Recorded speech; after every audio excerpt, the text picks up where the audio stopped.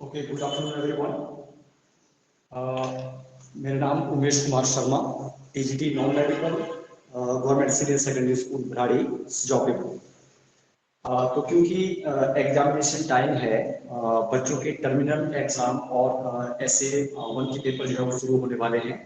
तो मैंने ये सोचा कि this is the high time कि बच्चों को हम एग्जामिनेशन के बारे में थोड़ा सा बताएं, क्योंकि हमने देखा कि बच्चे जब भी एग्जामिनेशन में अपीयर होते हैं तो कुछ एक चीजें हैं जहां पर वो गलती कर जाते हैं। तो इसलिए मैं एक टाइप का वर्चुअल सेमिनार लेके आया हूँ फॉर ऑल द स्टूडेंट्स, जिससे सभी स्टूडेंट्स को कुछ हद तक फायदा हो सकता है। एंड इसका जैसे आप बोर्ड के ऊपर देख रहे हैं, preparing students for the examination, कि बच्चों को एग्जामिनेशन के लिए हमने कैसे तैयार करना है। तो सभी जो भी पेरेंट्स और जो भी बच्चे इसको देख रहे हैं, प्लीज आप जो मैंने कुछ पॉइंट्स यहाँ पे लिखे हैं, जो मेरा पर्सनल एक्सपीरियंस है कि बच्चे यहाँ पे गलती करते हैं या यहाँ पे कंफ्यूज रहते हैं। कोविड का टाइम है, बच्चे काफी हद तक जो है वो काफी समय हो गया, लगभग 2 साल हो गए कि बच्चे स्कूल से दूर हैं, टीचर से दूर हैं। बच्चे जब एग्जामिनेशन हॉल में ऑफलाइन वे में क्लास एग्जामिनेशन में अपीयर होते हैं तो वहाँ पे टीचर्स होते हैं, उनको टाइम एंड अगेन इंस्ट्रक्शंस देते रहते हैं। पर क्योंकि जिस हिसाब से हमारा कोविड का टाइम चला हुआ है, मोस्ट प्रोबेबली जो आपके टर्मिनल एग्जामिनेशन है हो सकता है ऑनलाइन मोड से हो। तो मैं ये एक थोड़ा सा जानकारी आप लोगों के साथ शेयर करना चाहता हूँ रिलेटेड टू एग्जामिनेशन, कि आप एग्जामिनेशन में किस प्रकार जो है वो अपने आप को तैयार करें और how you can do better in the examination. तो जैसे कि यहाँ पे देखो, मैंने पहले लिखा हुआ है before almost 2 weeks of the examination perfect time table. ये बहुत जरूरी है। अभी जैसे आपके जो टर्मिनल एग्जामिनेशन है वो लगभग आपके 4-5 सितंबर से शुरू हो रहे हैं। तो ये टाइम है कि how we have to prepare, हमें अपने आप को कैसे तैयार करना है एग्जामिनेशन से लगभग 10 दिन पहले। मैंने ये चीज देखी, जब कई बच्चों के साथ हमारी इंटरेक्शन होती है तो हमारे साथ बात होती है, मैं बच्चों से बात करता हूँ कि आप अपने आप को एग्जामिनेशन में आप किस प्रकार का टाइम टेबल अपना बनाते हैं। तो बच्चे क्या बोलते हैं कि सर मेरा टाइम टेबल ये होता है कि 2 दिन मैंने मैथ पढ़ना है, उसके अगले 2 दिन मैंने हिंदी पढ़नी है, फिर मैंने एसएसटी पढ़नी है। बट मेरे हिसाब से ये बिल्कुल गलत आइडिया है। इस प्रकार का टाइम टेबल आपको नहीं बनाना है, क्योंकि आपका जैसे एग्जामिनेशन के लिए 10 दिन है या एग्जामिनेशन से पहले भी आप लोगों को एक ये हैबिट डेवलप करनी है, आपको एक आदत डालनी है कि आप सभी सब्जेक्ट्स को डेली थोड़ा सा टाइम दें। मतलब आपका टाइम टेबल ऐसे होना चाहिए कि उसमें जो आपकी डेली रूटीन है, 4 से 5 घंटे आप जितना भी पढ़ते हैं, लगभग आप सभी सब्जेक्ट को टच करें, आपने सभी सब्जेक्ट्स को टाइम देना है। ठीक है। और इसमें मैं एक और बात क्लियर करना चाहता हूँ कि जब यहाँ पर टाइम टेबल की बात आती है तो बेटा आपका टाइम टेबल ऐसे होना चाहिए, मतलब जैसे जो मॉर्निंग का टाइम होता है, जो सवेरे का टाइम होता है, जैसे मान लो आप 5 बजे उठते हैं, 6 बजे उठते हैं, कोई बच्चा 4 बजे भी उठ जाता है, तो जो सुबह का टाइम होता है that is very good for learning. वो मतलब याद करने के लिए बहुत अच्छा होता है, मेमोराइज करने के लिए बहुत अच्छा होता है। जो सुबह का समय है उसमें आपने किस प्रकार के सब्जेक्ट पढ़ने हैं, जैसे लैंग्वेज, इंग्लिश हो गया, हिंदी हो गया, एसएसटी हो गई, इस प्रकार के सब्जेक्ट जो मेरा पर्सनल एक्सपीरियंस है, क्योंकि सुबह का समय होता है, सो के उठे होते हैं, माइंड एकदम फ्रेश होता है। तो आप सुबह उस प्रकार का टाइम टेबल आपका ऐसा होना चाहिए कि सुबह के वक्त आप जो है वो ज्यादातर उन सब्जेक्ट्स को पढ़ें जिनमें हमें मेमोराइजेशन की ज्यादा जरूरत पड़ती है। और जैसे मान लो मैथमेटिक्स सब्जेक्ट है, तो मैथमेटिक्स सब्जेक्ट क्योंकि इसमें मैनुअली काम बहुत ज्यादा होता है, क्योंकि हम राइट मतलब हम लिख के करते हैं, तो मैथमेटिक्स सब्जेक्ट को आप शाम को कर सकते हैं, आफ्टर डिनर कर सकते हैं। तो इसमें क्या होता है, क्योंकि आपका आप अपने आप जो है इसमें क्या रहते हैं, काफी एक्टिव रहते हैं।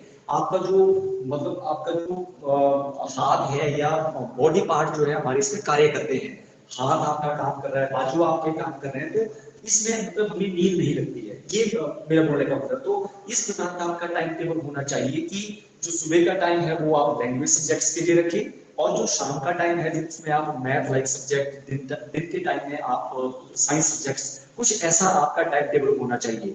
और जैसे मैंने आपको बोला कि आपने हर सब्जेक्ट को जो है वो डेली टच करना है। क्लियर। अब आ जाओ सेकंड के ऊपर। सेकंड जैसा मैंने यहाँ पे लिखा हुआ है, time management very important. Time management को मैंने 3 पार्ट्स में डिवाइड किया है। जैसे आपको यहाँ पे आप देख रहे हैं बिफोर एग्जामिनेशन, सबसे पहले मैं चलूंगा बिफोर एग्जामिनेशन। बिफोर एग्जामिनेशन की क्या बात है?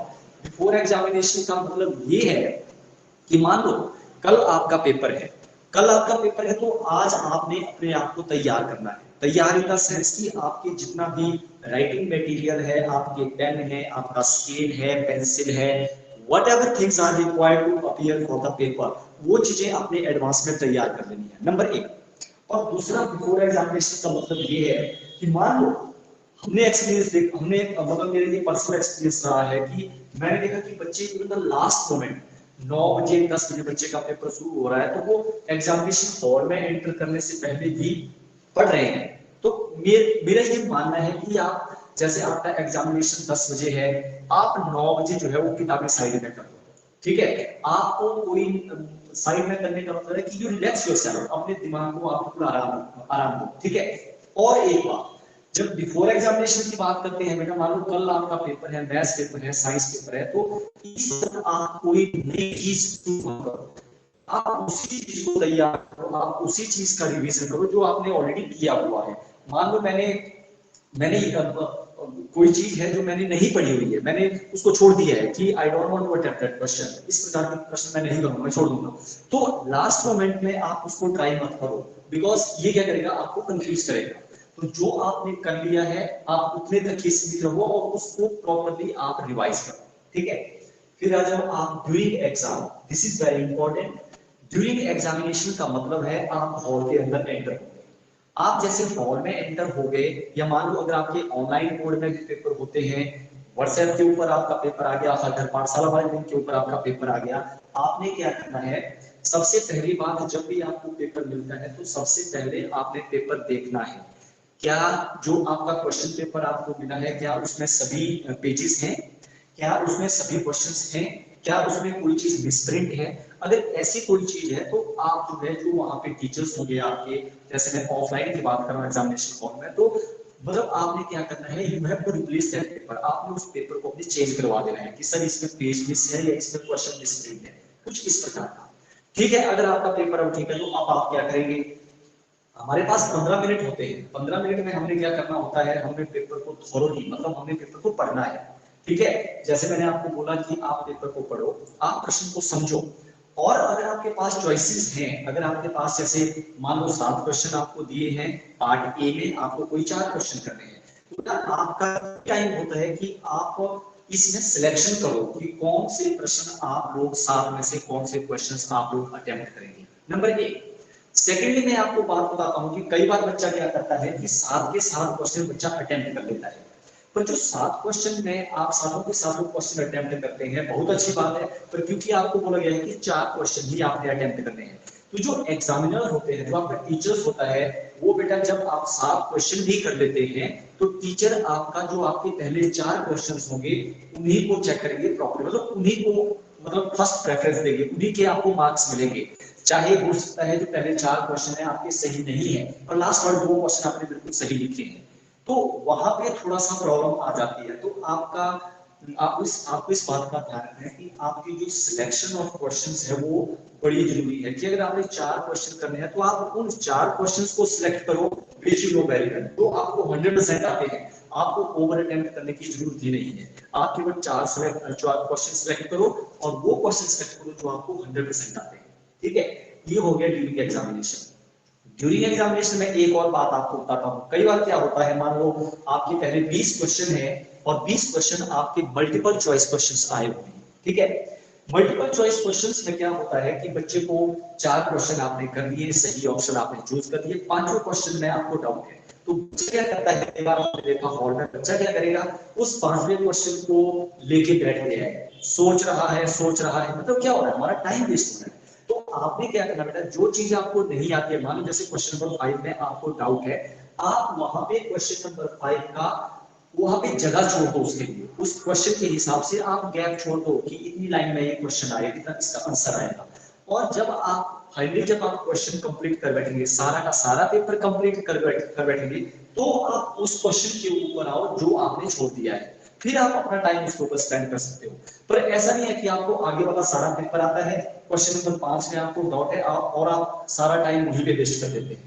उससे बढ़िया है कि आप वहां पे गैप छोड़ो and you can move the next question. ठीक है, एक और बात मैं यहाँ पे क्लियर करना चाहता हूँ, इसमें ड्यूरिंग एग्जामिनेशन आपने इस बात का ध्यान रखना बेटा कि मान लो जैसे आपके प्रश्न नंबर 1 है, प्रश्न नंबर 1 में आपके 4 पार्ट्स हैं, part A B C D.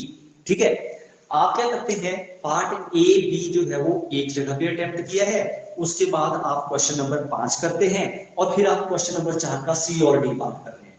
तो बोलने का मतलब ये है कि जो आपने क्वेश्चन दिया, मेक श्योर कि आप उस प्रश्न के सभी पार्ट्स जो आप अटेम्प्ट कर रहे हैं वो एक साथ है।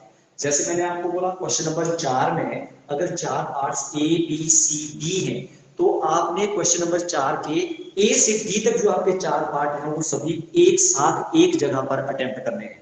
अगर आपने क्वेश्चन नंबर 4 के 2 पार्ट यहाँ पे कर लिए, फिर आपने क्वेश्चन नंबर 5 और 6 किया, फिर आप क्वेश्चन नंबर 4 के अगले 2 पार्ट कर रहे हैं, तो वहां पे भी आपको मार्क्स मतलब नहीं मिल सकते हैं, क्योंकि ये रूल है कुछ एग्जामिनेशन के कि आपको जो भी क्वेश्चन के सभी पार्ट्स जो है वो एक साथ अटेम्प्ट करने हैं। इस बात का आपने ध्यान। ठीक है, अब आ जाओ आफ्टर एग्जामिनेशन। आफ्टर एग्जामिनेशन का क्या है, आफ्टर एग्जामिनेशन में क्या होता है, आपका पेपर हो गया, 3 घंटे आपने पेपर दिया, आपका पेपर अच्छा गया, कोई चीज है आपको नहीं आई, कोई प्रॉब्लम नहीं है। बच्चे क्या करते हैं, जैसे आपका पेपर खत्म होता है, मैं पोस्ट एग्जामिनेशन की बात करूं, आफ्टर एग्जामिनेशन बच्चे क्या करेंगे, हॉल के बाहर आएंगे, एक दूसरे से डिस्कशन करेंगे। मैंने तो क्वेश्चन नंबर 4 के चारों के चारों कर दिए, मैंने इस प्रश्न का ये उत्तर लिखा, दूसरा बच्चा बोलेगा यार मैंने तो ये उत्तर लिखा। उसमें क्या हो जाता है कि बच्चा कंफ्यूज हो जाता है, बच्चे मतलब डिमोरलाइज हो जाता है। जो आपका नेक्स्ट पेपर होगा उसके लिए आप क्या करेंगे, अपना पेपर जो होगा पेपर जो है वो खराब कर सकते हैं। तो बोलने का मेरा यहाँ पे मतलब ये है कि जब आपका एग्जाम हो गया, don't discuss about the paper, कि आपने हॉल में क्या लिखा, इस क्वेश्चन का क्या लिखा, उस क्वेश्चन का क्या लिखा, ये डिस्कस करने का कोई फायदा नहीं है, क्योंकि आपका पेपर ऑलरेडी जा चुका है। So rather than wasting time on discussing, it is better कि मतलब आप अपने आप को रिलैक्स करें। ठीक है, and then go for the next paper, start preparing for the next paper, आप अपने आप को अगले पेपर के लिए तैयार करें। ठीक है, तो after exam no discussion, paper के बारे में कोई डिस्कशन नहीं होगी, मैंने क्या लिखा क्या नहीं लिखा। ठीक है, अब आ जाओ आंसर शीट मैनेजमेंट, ये बड़ा जरूरी है। आंसर शीट मैनेजमेंट से मेरा मतलब ये है कि बच्चे क्या करते हैं, इसलिए देखो मैंने यहाँ पे आंसर शीट भी दी थी। ये आपको इस प्रकार की आंसर शीट होगी, जैसे कि आप मान लो 10th में है, 12th में है, स्कूल में आप लोग होते हैं। ठीक है, आपको जो आंसर शीट होती है स्कूल में प्रोवाइड करवाई जाती है, काफी बड़ी शीट होती है, तो वहां पे आपको कंफ्यूजन का चक्कर नहीं रहता है। पर जैसे मान लो हमारे छोटे क्लासेस के बच्चे हैं, तो उनको इस प्रकार की शीट मिलती है ये। अब वहां पे क्या है, कई बच्चों को शीट जैसे यहाँ पे लिख दिया, उसके बाद पता नहीं चलता है कि पेज नंबर 2 कौन सा होगा। बच्चे क्या करेंगे, यहाँ पे लिखते हैं फिर यहाँ पे चले जाते हैं। उससे क्या प्रॉब्लम आती है, उससे प्रॉब्लम आती है एग्जामिनर को, टीचर को प्रॉब्लम आती है। अब मान लो यहाँ पे कोई पेज नंबर 1 है, यहाँ पे लिखा, अब टीचर को कंफ्यूज हो जाएगा कि बच्चे ने इसके बाद कहाँ लिखा हुआ है, क्योंकि बच्चे ने यहाँ लिखा है। बच्चा क्या करेगा, यहाँ तक कंप्लीट करेगा, इसको सीधा यहाँ चल जाएगा।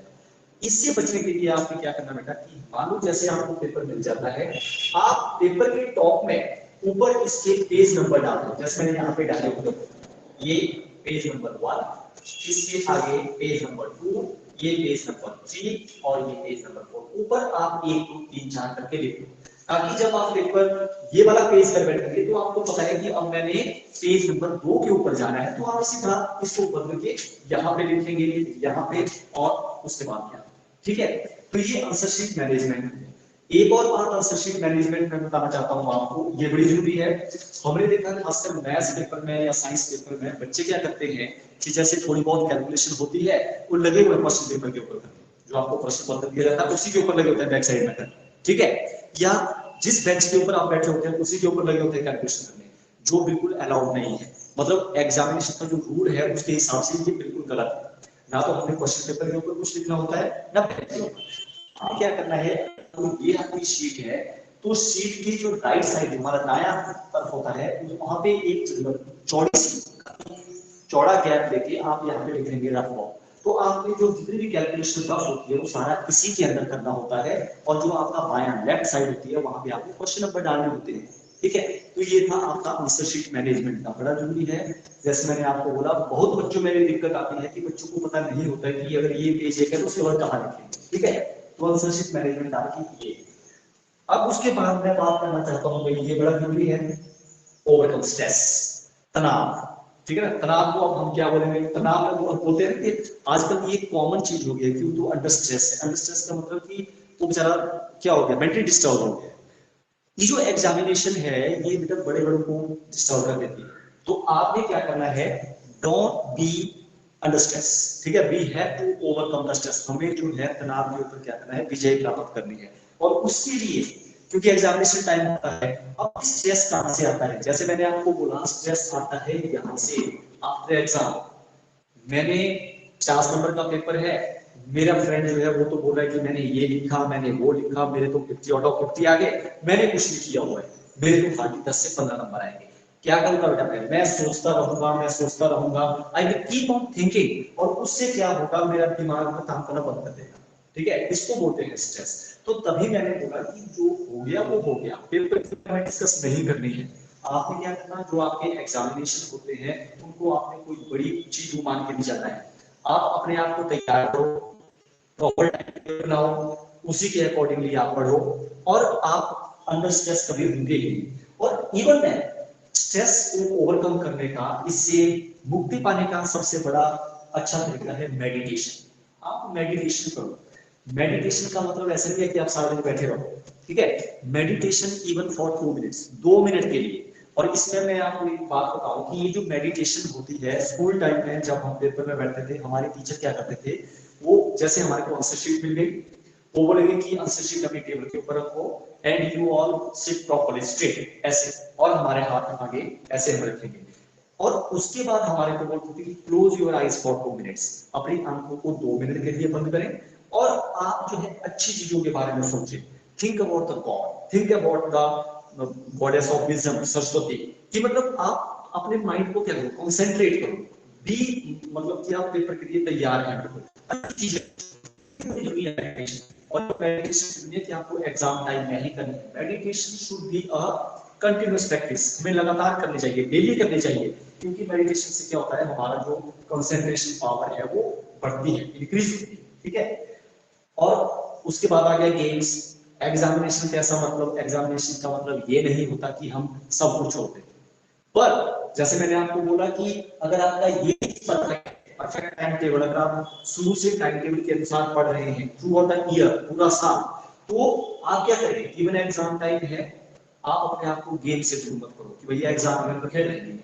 पर इसमें मैं एक और बात बताना चाहता हूँ, मान लो डेली आप लोग 1 घंटा खेलते हैं, पर क्योंकि आपके एग्जामिनेशन है तो 1 घंटा रहने दो, आप बेटा 15 मिनट खेलो, आप 20 मिनट खेलो, आधा घंटा खेलो, पर गेम जो है वो बड़ी जरूरी है। फिर हमने अपने आप को रिलैक्स करना है, ठीक है। या एंटरटेनमेंट, आप टीवी देखो, ठीक है, आप कोई अच्छी चीज, आप न्यूज सुनो, आप अपने पेरेंट्स के साथ बात करो, आप अपने भाई भाई बहन के साथ बात करो, उनके साथ गप्पे मारो, आप उनसे शेयर करो कि आज आपका पेपर कैसा हुआ, what was your experience about the paper today, क्या चीज आपके साथ आज अच्छी हुई, क्या चीज आपको अच्छी नहीं लगी। तो ये सारी चीजें हैं, मतलब ये आपको एग्जामिनेशन पॉइंट ऑफ व्यू से ध्यान में रखनी है, ठीक है। और जितने भी पेरेंट्स इस वीडियो को देखेंगे, या मतलब बच्चों के द्वारा फोन के ऊपर जब ये आपकी एक छोटी सी प्रेजेंटेशन आएगी जो आपके बच्चों की एग्जामिनेशन में हेल्प करेगी, तो सभी पेरेंट्स से मेरी रिक्वेस्ट है कि आप इन चीजों को समझें और आप अपने बच्चों को प्रेरित करें, आप अपने बच्चों को मोटिवेट करें कि वो इन सारी चीजों की तरफ ध्यान दें, ताकि उनके एग्जाम जो है वो अच्छे से हो जाए। And finally I wish you a very best of luck on behalf of the school administration, Principal B.D. Kashyap ji, and all the teaching faculty of Government Senior Secondary School, Bhadi Sijapur, a very best of luck for your examination, और हमारी शुभकामनाएं आप सबके साथ।